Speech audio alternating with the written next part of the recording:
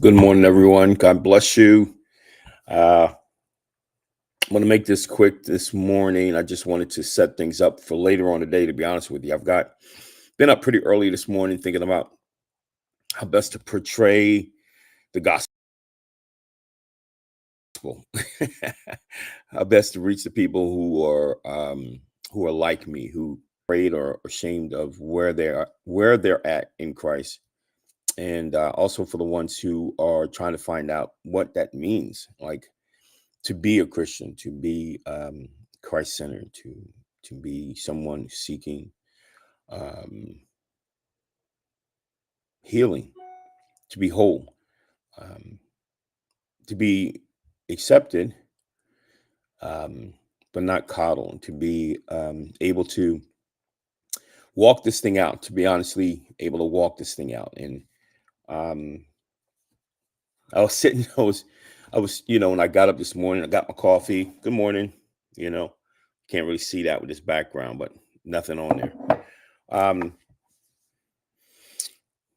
and later on, we'll dig deeper into this, to this mindset that I'm going to portray. But the Redeem Recovery community that we started a couple of months ago, back in we're in Vineland, New Jersey, at Higher Places Ministry. That's 40 Landis Avenue, in Vineland, New Jersey. It's a big church, huge parking lot in the back of, like, there's a shopping center there, or grocery store that just opened up, so right behind there used to be the old movie theater. So we're in the back there. And let me tell you something. You know, you have a lot. We have a lot going on in our lives. Everybody does. That's not a crux, and I hate a crux. It's not like a crutch that somebody can use, saying, "Oh yeah, I can't do it because I got a lot going on in my life." I don't want to go that route, because that's really crazy, because we never had that mindset when we were doing what we were doing in the world. So to sit back and use that as an excuse now is doing God an injustice, doing God an injustice. I don't want to do that. And I don't want you to do that either.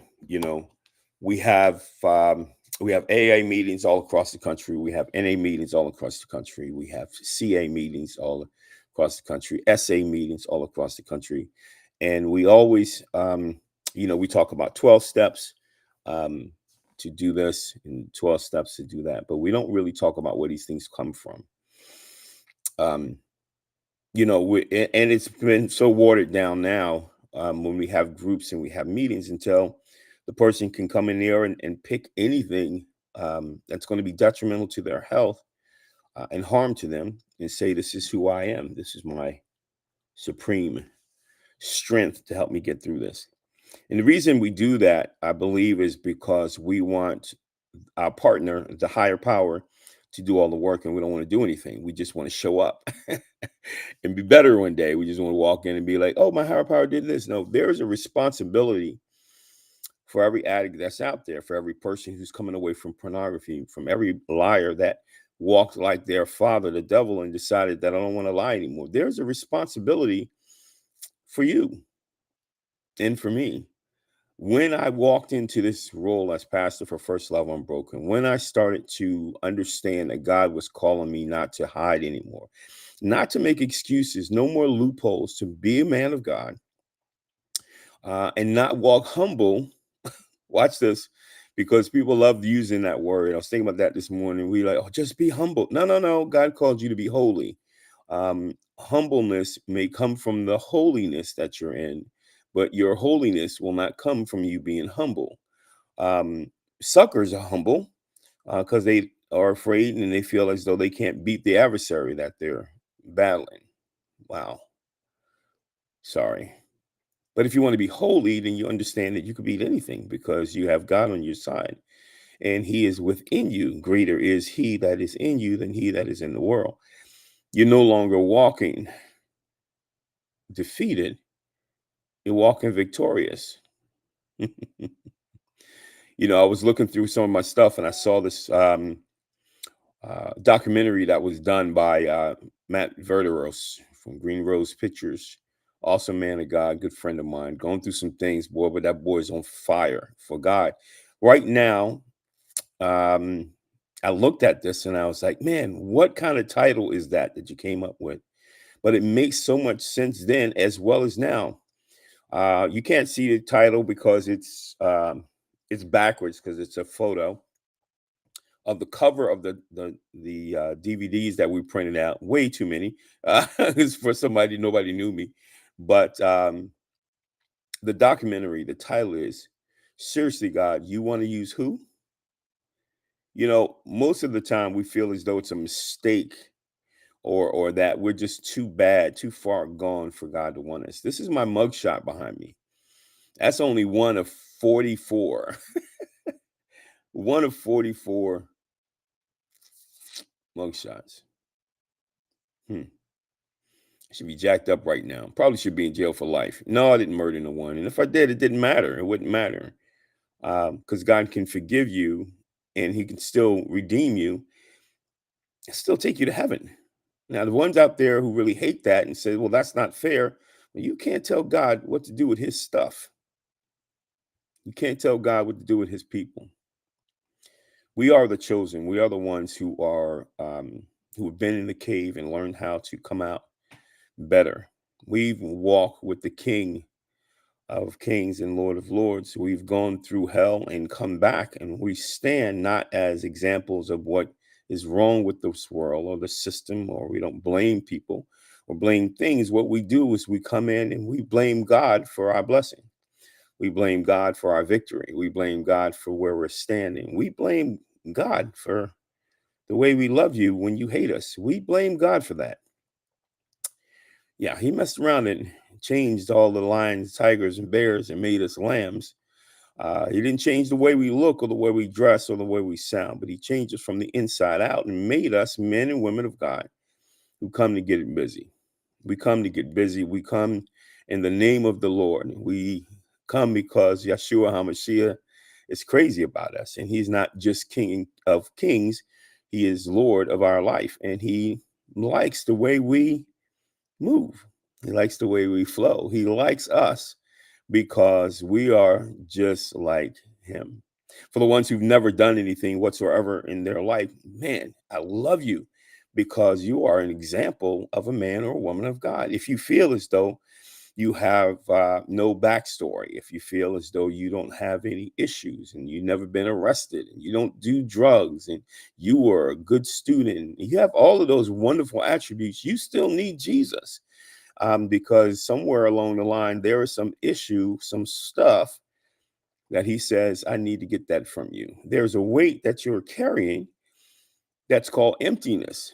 Man, it's nothing heavier than carrying nothing. Yeah, yeah. When you feel as though things are heavy and you don't see anything that you're carrying, that nothingness, that's emptiness. And when you're empty, that thing is heavy. Luckily, what Jesus says is, my burdens are easy and they're light. We serve a God who says that you'll still have stuff going on, but they'll be so much lighter, easy to bear, light to carry, because he's yoked with you side by side, walking.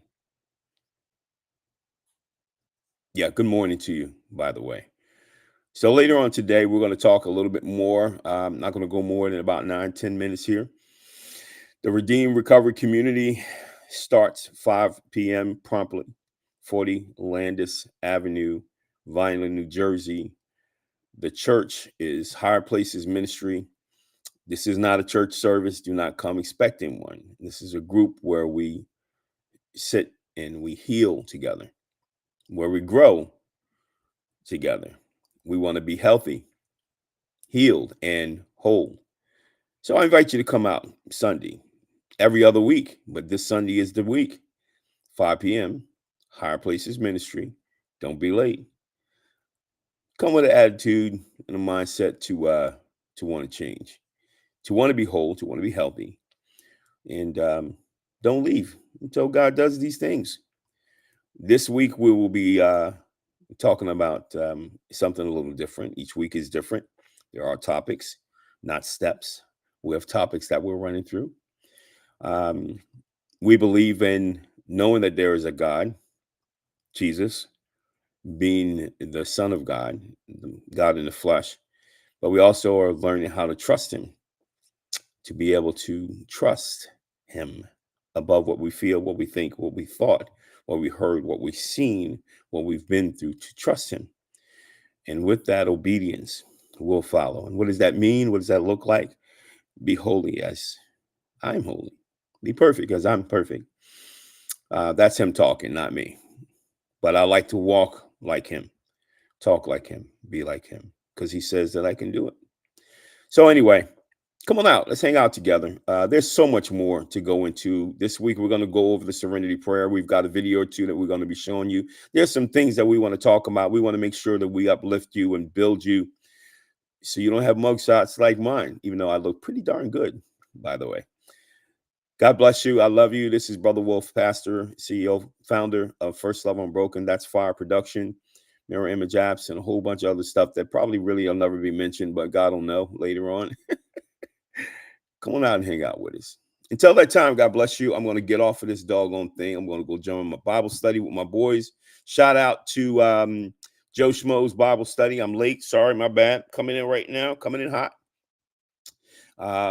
Joe Schmo's Bible study. For another one is Iron Sharpens Iron, Fellowship of Men, Fishers of Men. I think it is out in Atlantic City, New Jersey.